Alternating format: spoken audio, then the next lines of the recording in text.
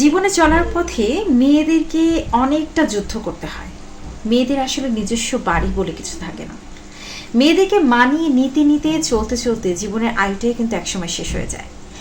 এই যে কথাগুলো আপনাদের সাথে শেয়ার করছি, এই কথাগুলো আমরা সবাই জানি এবং এই কথাগুলো জানতে জানতেই কিন্তু এই পর্যন্ত আমরা এসেছি। কিন্তু একটা গ্রুপে যখন আমি এরকম একটা পোস্ট দেখলাম, আমার কাছে ঠিক তখন বিষয়টা এটাই মনে হয়েছে যে আমাদের চিন্তা ভাবনা কেন পজিটিভ হচ্ছে না। আমরা মেয়েরা কেন ভাবছি না যে আমাদের নিজের পরিবার বলতে কেন অনেকগুলো পরিবার হচ্ছে না। মায়ের সংসারটাকে কেন আমি আমার সংসার মনে করছি না, শাশুড়ি মায়ের সংসারটাকে সেটাও বা আমি কেন আমার মনে করছি না। আমার নিজের সংসার, যেটা আমার স্বামীর এবং আমার নিজের, আমাদের দুজনের সংসার, সেটাও কেন আমি আমার নিজের মনে করছি না।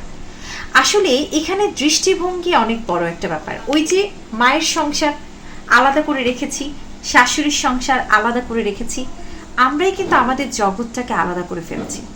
আমরা কিন্তু এভাবে ভাবছি না।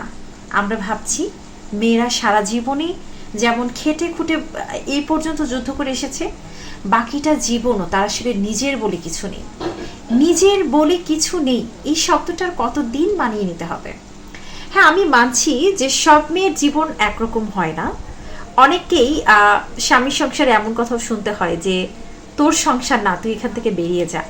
এই কথাগুলো যখন আসে তখন বুঝতে হবে যে সেই মানুষটা যার সাথে আপনি সংসার করছেন, সেই মানুষটা আসলে সেই স্ট্যান্ডার্ডের না। তাকে সেই স্ট্যান্ডার্ডে তৈরি করার দায়িত্বটাও কিন্তু আপনার। আপনাকে বোঝাতে হবে যে সংসারটা দুটি মানুষের সম্পর্ক নিয়েই সংসারটা হয়েছে, আর সেই সম্পর্কের সমন্বয়ে একটি পরিবার গঠিত হয়েছে। আর শাশুড়ির সংসার, সেখানে আপনাকে বোঝাতে হবে যে আপনি আপনার মায়ের সংসারকে রেখে তার সংসারে এসেছেন। তার সংসারে এসেছেন মানে এটা আপনারও অধিকার।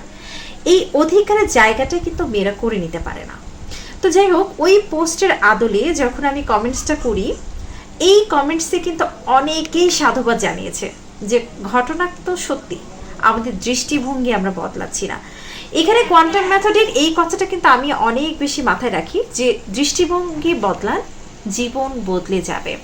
তো সবসময় আমরা যদি পজিটিভ থাকার চেষ্টা করি, তখন হবে কি যে আমাদের আশেপাশে যে নেগেটিভ মানুষগুলো আছে, আমাদের পজিটিভ থিঙ্কিংয়ের কারণে তারাও কিন্তু পজিটিভ হবে।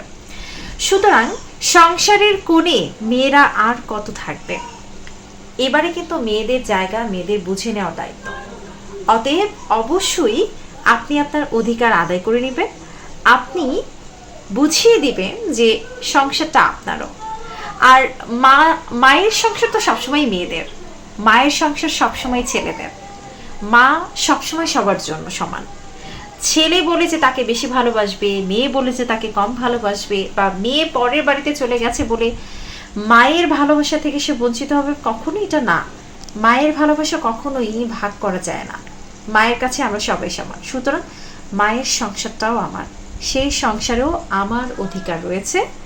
আমার শাশুড়ির সংসার, সেখানেও আমার অধিকার রয়েছে, আমার সংসার আমার অধিকার রয়েছে। সুতরাং আসুন আমরা আমাদের দৃষ্টিভঙ্গিটাকে বদলাই। নারীকে ঘরের কোণে মনে না করিয়ে আপনারই একটি অংশ মনে করুন। ভালো থাকবেন। আল্লাহ হাফেজ।